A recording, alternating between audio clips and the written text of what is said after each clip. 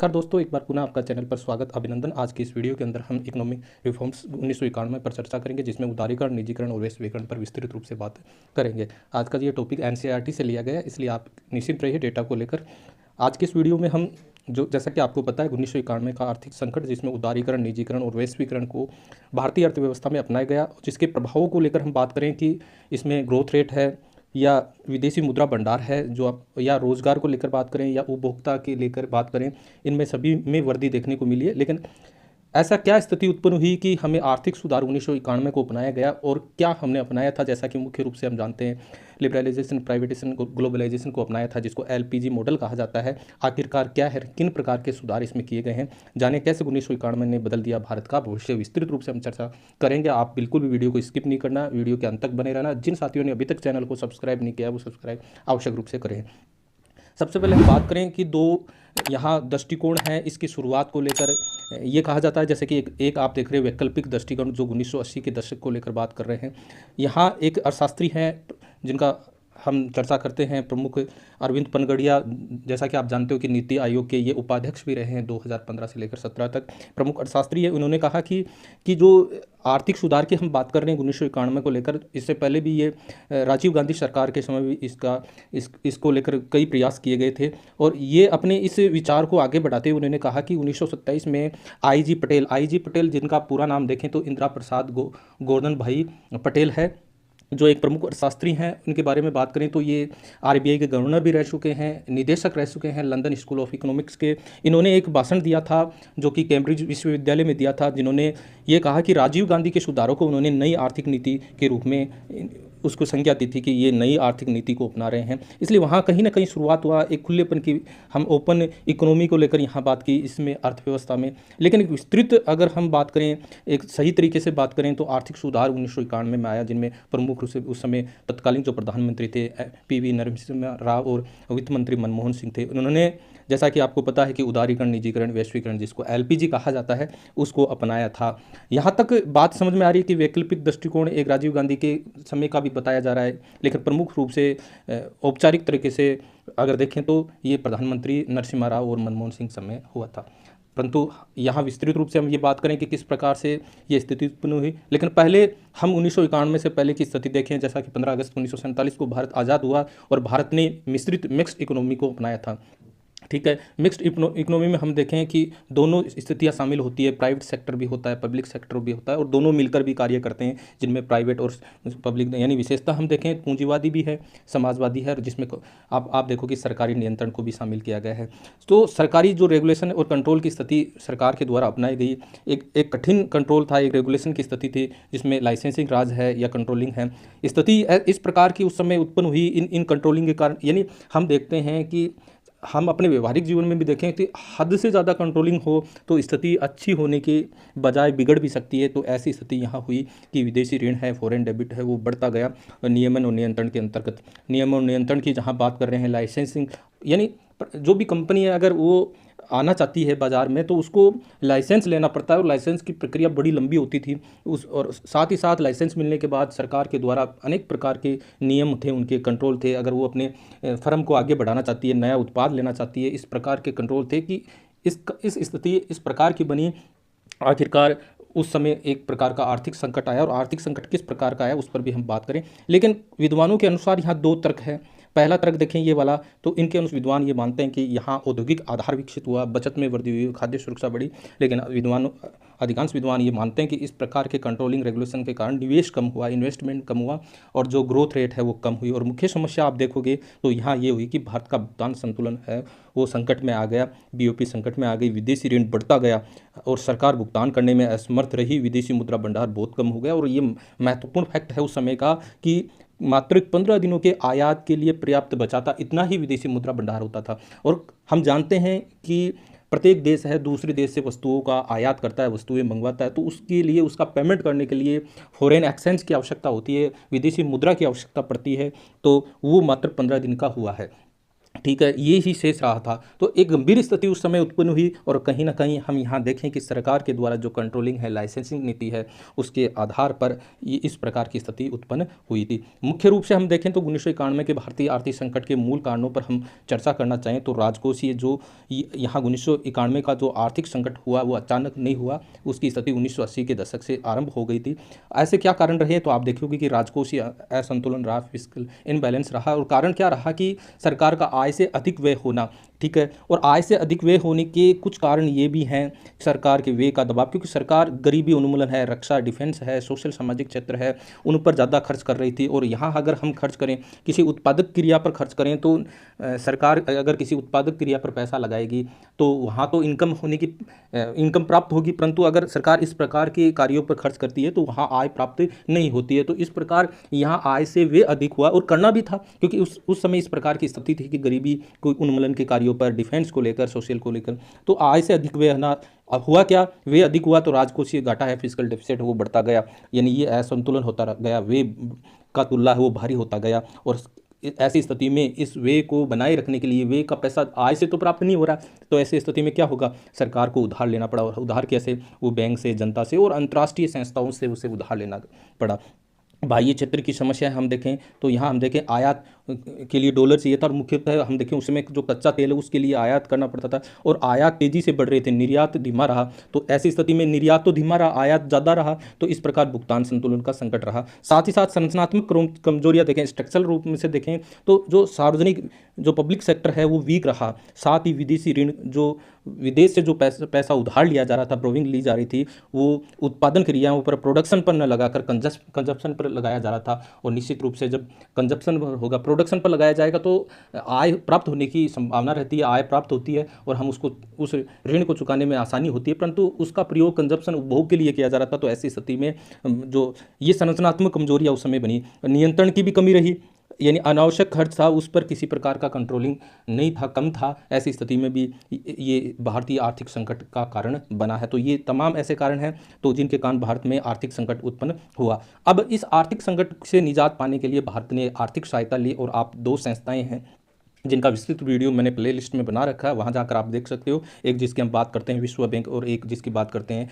IMF। वहाँ से लगभग $7 बिलियन लिए गए हैं, है ना, उधार से लिए गए हैं, क्योंकि ऐसी स्थिति आर्थिक संकट बन गया। 15 दिन के आयात को चुकाने का ही पैसा भारत के पास नहीं था। ऐसी स्थिति में भारत पैसा लाए और पैसा लाने के लिए इन दो जो संस्थाएं उनका दरवाज़ा खटखटाया और उन्होंने ये पैसा देने के लिए तैयार रहे, लेकिन उन्होंने शर्त रखी, कंडीशन रखी। और शर्त क्या रखी कि आपको पैसा दिया जाएगा लेकिन आपको उदारीकरण, निजीकरण, वैश्वीकरण को अपनाएंगे। तो ये उस समय अपनाए थे लोग। अन्य देशों के अर्थशास्त्रियों का ये मानना था कि भारत ने ये अपना तो लिया लेकिन परंतु हो सकता है ये स्थिति खराब हो सकती है। जैसा हम एक एग्जांपल मैं अक्सर प्रयोग में लेता हूँ, एक बच्चा है जो बिल्कुल नियंत्रण में नहीं है, कंट्रोल में नहीं है और उसको घर वाले बाहर पढ़ाने के लिए भेज देते हैं। एक तो यहाँ दोहरा बिल्कुल ऐसी स्थिति उत्पन्न होगी, लोग यही कहेंगे कि वो बाहर जाकर तो और बिगड़ जाएगा, और परंतु वो तो वहाँ से एक बड़ा आदमी बनकर आया। तो वही हुआ कि एक तो भारत आर्थिक संकट की स्थिति में है और ऊपर से इन संस्थाओं ने इस प्रकार की कंडीशन अपना ली। तो निश्चित रूप से कई अर्थशास्त्रियों ने अंदाज़ा लगाया कि यहाँ से भारत उभर नहीं सकता था, परंतु भारत यहाँ से आगे उभरा है।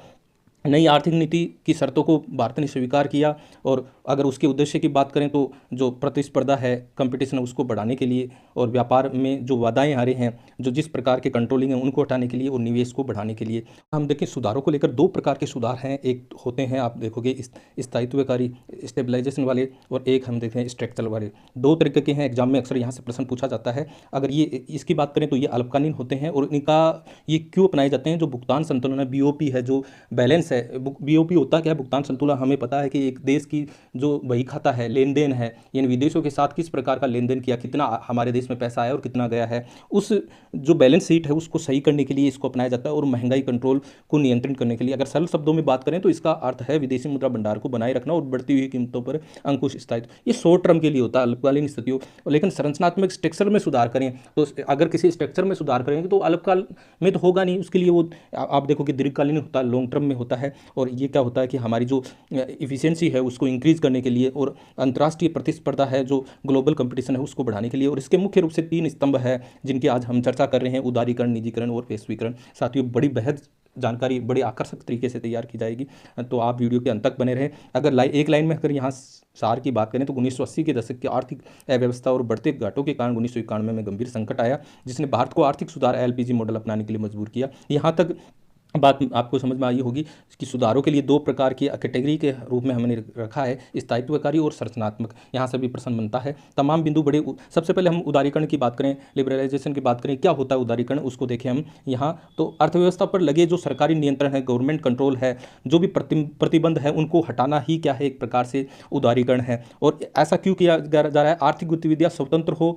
यानी फ्री हो, किसी प्रकार का उनके ज़्यादा कंट्रोल नहीं हो, और इसको विकास की जो ग्रोथ रेट है उसको बढ़ाने के लिए उदारीकरण की आवश्यकता क्यों पड़ी? क्योंकि पहले था, आप तो देखोगे, लाल फीताशाही है, नौकरशाही, बाधाएं थी, अत्यधिक कानून, रूल एंड रेगुलेशन ज़्यादा थे, लाइसेंस प्रणाली गंभीर थी। इससे हुआ क्या कि विकास में बाधा हुई, जो हमारी इन्वेस्टमेंट था वो भी कमज़ोर पड़ा, और इसलिए अर्थव्यवस्था को मुक्त फ्री करना आवश्यक था। और मुक्त करने के लिए सबसे पहले उदारीकरण है, लिबरलाइजेशन है, यानी कहीं ना कहीं जो सरकार के कंट्रोल है उसको कम करना। और ये उदारीकरण है औद्योगिक क्षेत्र की बात करें, आप फाइनेंस सेक्टर की बात करें, टैक्स की बात करें, विदेशी विनिमय बाजार की बात करें, व्यापार और निवेश की बात करें, इन तमाम सेक्टर में सुधार किया गया। किसके तहत? उदारीकरण के तहत। तो सबसे पहले हम बात करें उदारीकरण के, इंडस्ट्रियल सेक्टर में किस प्रकार से सुधार किया गया था। तो पहले की स्थिति हम देखें तो आपने शुरू में भी देखा है कि औद्योगिक लाइसेंस प्रणाली थी, लाइसेंस लेने की एक प्रक्रिया थी, बड़ी कठिन थी, है ना। ऐसी स्थिति में साथ ही साथ निजी क्षेत्र पर प्रतिबंध था, प्राइवेट सेक्टर पर एक तरह से दबाव था, प्रतिबंध था कि कुछ अधिकांश इस प्रकार के सेक्टर थे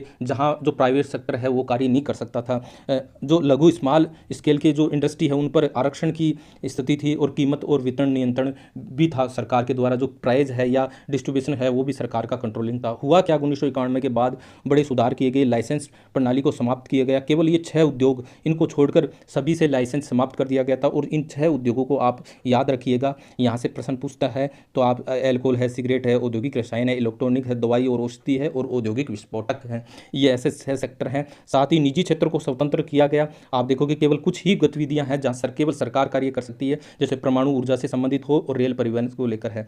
बाकी सभी निजी क्षेत्र को के लिए स्वतंत्र कर दिया गया। और लघु जो स्मॉल सेक्टर के जो इंडस्ट्री है, उनको, उद्योग हैं, उनको आरक्षण से समाप्त कर दिया गया, और कीमत का निर्धारण है वो बाजार के आधार पर कर दिया गया। तो इस प्रकार ये औद्योगिक क्षेत्र में सुधार किया गया। वित्तीय क्षेत्र के सुधारों की बात करें तो वित्तीय क्षेत्र में आप देखो कि कॉमर्शियल बैंक आता है, इन्वेस्टमेंट बैंक आता है, स्टॉक एक्सचेंज आता है, और फॉरेन एक्सचेंज मार्केट, ये सभी वित्तीय क्षेत्र के अंदर, फाइनेंशियल सेक्टर के अंदर आता है। और हमारे यहाँ देश में इनका जो नियामक संस्थान है, कौन सी अथॉरिटी है जो इन पर कंट्रोलिंग करती है, वो आपको पता है, रिजर्व बैंक ऑफ इंडिया है।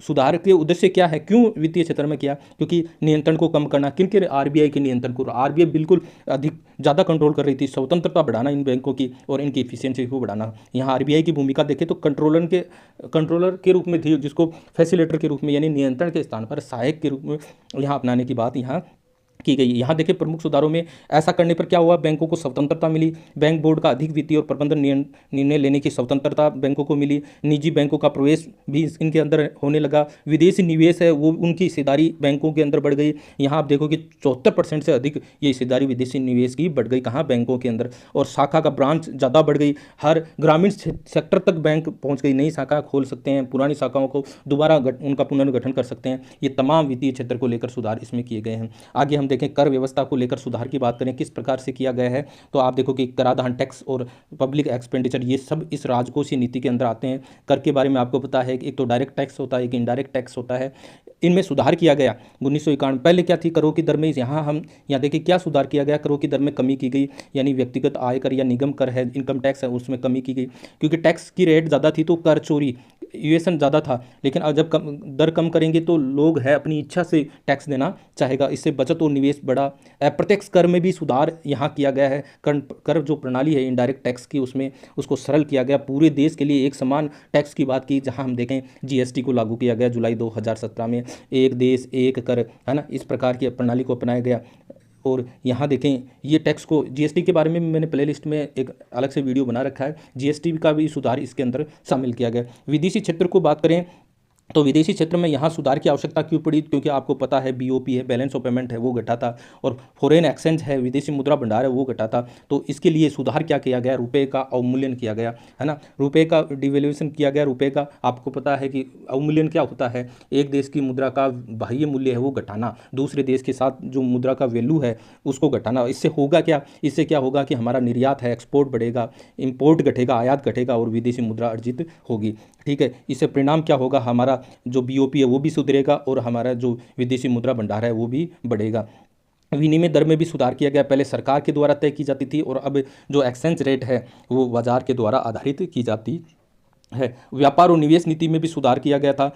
आपको पता है कि पहले विभिन्न प्रकार के कंट्रोलिंग किए जा रहे थे, अब उसमें उसमें कमी लाना, क्योंकि जब विदेशी व्यापार और निवेश नीति को सरल किया जाएगा तो दूसरे देशों के साथ व्यापार है वो ज़्यादा से ज़्यादा होगा। आप देखोगे कि पहले मात्रात्मक प्रतिबंध लगाया जाता था। तो मात्रात्मक में क्या होता था कि पहले आयात और निर्यात की मात्रा तय की जाती थी, परंतु इस अब क्या होगा, ये प्रतिबंध हटा दिया गया। मुख्य रूप से आप देखोगे कृषि उत्पाद और उपभोक्ता वस्तुओं को इससे मुक्त कर दिया गया, और प्रशुल्क की जो रेट है, टैरिफ जो रेट है, उसको भी क्या किया गया, कम किया गया है। तो ये इस प्रकार के सुधार है वो व्यापार को लेकर किए गए थे, है ना। तो अब आगे हम देखें, निजीकरण की बात करें, प्राइवेटेशन की बात करें। निजीकरण होता क्या है, सरकार द्वारा किसी सार्वजनिक उपक्रम को, जो पब्लिक सेक्टर के जो इंटरप्राइजेज हैं उनको की ओनरशिप है वो प्राइवेट सेक्टर में देना, या उनकी ओनरशिप है उसको त्याग करना। निजीकरण के दो तरीके हैं, एक तो स्वामित्व और प्रबंधन से बाहर होना, यानी सरकार अपने हिस्सेदारी को कम कर देना। यहाँ देखें तो 75% तक की हिस्सेदारी प्राइवेट सेक्टर में दी गई, और दूसरा है डायरेक्ट सेल है, जिसमें सार्वजनिक उपक्रम को निजी कंपनियों को बेच देना है, जिसको हम देखें विनिवेश कहते हैं, डिसइन्वेस्टमेंट कहते हैं। होता क्या है, सार्वजनिक उपक्रम के जो शेयर है, इक्विटी है, उनको निजी आम जनता या निजी क्षेत्रों को बेचना होता है, इसे ही विनिवेश कहते हैं। ये प्रश्न पूछा जाता है। निजीकरण के उद्देश्य को हम देखें तो वित्तीय अनुशासन बढ़ाना है, हमारी जो इफिशियंसी है उसको बढ़ाना है, निजी पूंजी का उपयोग ज़्यादा से ज़्यादा हो उसको करने के लिए बेटर मैनेजमेंट को बढ़ाना, आधुनिकीकरण को बढ़ाना, ये सभी इस निजीकरण के अंदर शामिल किए गए हैं। तो बेहतरीन कार्य है निजीकरण। इसके बाद हम देखें कि एनसीईआरटी में नवरत्न और सार्वजनिक उद्यम नीतियाँ। नवरत्न, जैसा कि आपको पता है कि विक्रमादित्य के दरबार में नवरत्न रहते थे, उसी थीम पर आधारित ये आर्थिक सुधार 1991 में लेकर सार्वजनिक उपक्रम की दक्षता बढ़ाने के लिए, जो उनका मैनेजमेंट है उसको व्यावसायिक करने के लिए, और वैश्विक प्रतिस्पर्धा ग्लोबल कंपटीशन को बढ़ाने के लिए इस प्रकार की, इसमें आप देखो कि 3 प्रकार के हैं, आप देख रहे हो स्क्रीन पर, महारत्न, नवरत्न और लघु रत्न। तो आप इनको याद रखना कि महारत्न में कौन कौन सी कंपनी, जैसे इंडियन ऑयल कॉरपोरेशन लिमिटेड है और एक सेल है, इस प्रकार से। इसी प्रकार नवरत्न की बात करें तो यहाँ हिंदुस्तान एरोनॉटिक लिमिटेड और एक महानगर टेलीफोन निगम लिमिटेड, ये नवरत्न के अंदर शामिल है। लघु रत्न के अंदर ये इस प्रकार से भारत संचार निगम लिमिटेड है। तो ये सारी हैं, ये लघु रत्न के अंदर शामिल है, तो इनको याद रखना, आप यहाँ से भी प्रश्न बनते हैं। उसके बाद हम करें वैश्वीकरण। वैश्वीकरण क्या है, विश्व अर्थव्यवस्था, वर्ल्ड इकोनॉमी को एक करना ही। विश्व एकीकरण की प्रक्रिया में हम देखें तो आर्थिक, सामाजिक, सोशल, भौगोलिक हम देखें उनकी सीमाएं कम हो जाती है, सीमा मुक्त हो जाती है। पूरी वैश्वीकरण एक सतत प्रक्रिया के रूप में होता है। इसकी विशेषताओं की हम बात करें, इसके फिक्सर्स की बात करें तो देशों के बीच परस्पर निर्भरता बढ़ती है, इंटरडिपेंडेंस बढ़ती है, सीमाओं का महत्व कम होता है, वैश्विक नेटवर्क का निर्माण होता है, ग्लोबल नेटवर्क बढ़ता है, दुनिया एक बाजार बन जाती है। इसका उद्देश्य क्यों किया गया वैश्वीकरण, अंतर्राष्ट्रीय व्यापार को बढ़ाना है ना, पूंजी का प्रवाह बढ़ाना है, फ्लो बढ़ाना है। दूसरा, तकनीकी जो टेक्नोलॉजी है उसका एक देश से दूसरे देश में आदान प्रदान करना है और वैश्विक जुड़ाव करना है। इसके बाह्य स्थिति हम देखें, कानूनी सलाहें एक दूसरे में शामिल हो, आईटी है, अकाउंटिंग है, बैंकिंग है, ये तमाम जो सेक्टर है ना, आपका मेडिकल है, एजुकेशन है, ये एक देश दूसरे देश के साथ इस प्रकार के व्यापार का एक दूसरे के साथ जुड़ाव बढ़े, इसके लिए वैश्वीकरण, ग्लोबलाइजेशन को अपनाया गया है। इसके बाद एक समीक्षा के रूप में, रिव्यू के रूप में हम देखें कि किस प्रकार की स्थिति बनी है, आर्थिक सुधार 1991 के बाद के 3 दशकों में क्या अनुभव किया गया है, विकास ग्रोथ रेट को लेकर, संरचनात्मक लेकर किस प्रकार। तो आर्थिक संवृद्धि की बात करें सबसे पहले तो 1980-91 में 5.6% जहां ग्रोथ रेट थी, जो 2007-12 के बीच में हम देखें 8.2% देखने को मिली है। तो सुधारों के बाद तेज आर्थिक वृद्धि यहाँ रही है। ये डेटा आप याद रखिएगा, एनसीईआरटी में दे रखा है। ओवरऑल हम स्थिति देखें तो कृषि क्षेत्र की बात करें तो वृद्धि दर में प्रारंभ में कमी देखने मिली, लेकिन 2013-14 में हम थोड़ी वृद्धि देखी, बाद में ऋणात्मक वृद्धि रही। तो इस आधार पर हम कह सकते हैं कृषि क्षेत्र कमजोर हुआ।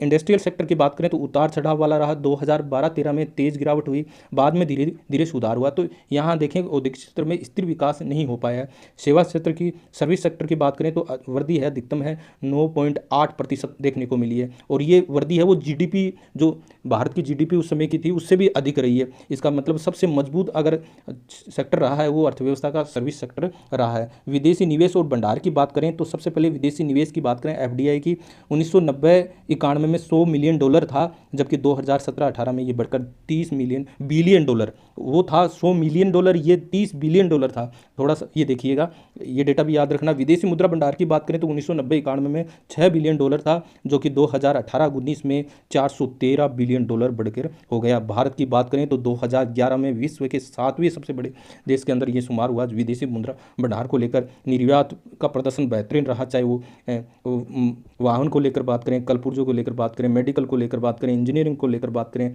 टेक्सटाइल को लेकर बात करें। लेकिन फिर भी एक चैलेंज के रूप में हम देखें रोजगार को लेकर, एम्प्लॉयमेंट को लेकर, है ना।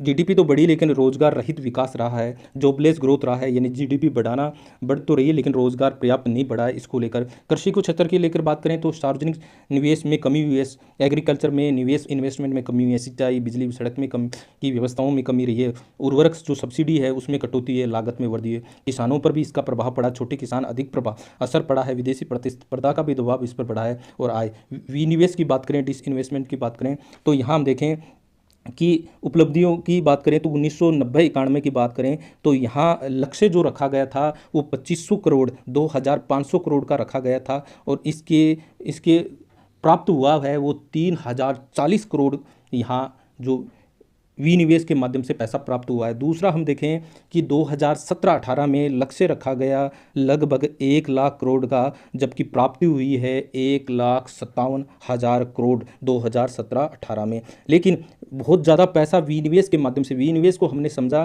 कि सार्वजनिक उपक्रम है, पब्लिक इंटरप्राइजेज है, उनका जो शेयर है, इक्विटीज़ है, उनको आम जनता को बेचना, इससे पैसा प्राप्त हुआ। लेकिन उस पैसे का उपयोग कहाँ हुआ है? विकास कार्यों के लिए हुआ है, कहाँ उपयोग हुआ है? तो विकास कार्यों में इसका उपयोग नहीं हुआ, केवल जो राजस्व घाटा है, जो फिजिकल डेफिसिट है, उसको कम करने के लिए कि इसका उपयोग किया गया। तो एक प्रश्न यहाँ बनता है, केवल बेच देना ही कार्य कुशलता सुधारने का सही तरीका नहीं है। उसको कहाँ पैसा लेके, एक तो सरकार की संपत्ति को बेच रहे हैं लेकिन उसका प्रयोग कहाँ कर रहे हैं, ये एक विचारणीय विषय। तो इस प्रकार हमने ये देखा कि जो 1991 के जो आर्थिक सुधार किए गए उनका क्या आउटपुट रहा, उसको लेकर एक हमने रिव्यू इसके अंदर देखा है। यहाँ सबसे पहले हमने बात की कि 1991 की क्यों आवश्यकता पड़ी, हमने उनके कारणों को जाना, क्या संकट के कारण, क्यों ऐसे क्या कारण रहे जिसके कारण संकट रहे, क्या नीतियाँ हमने अपनाई जिसके कारण हमें उस संकट से हमें सुधार मिला है। इन तमाम बिंदुओं को आज की वीडियो के हमने चर्चा की है।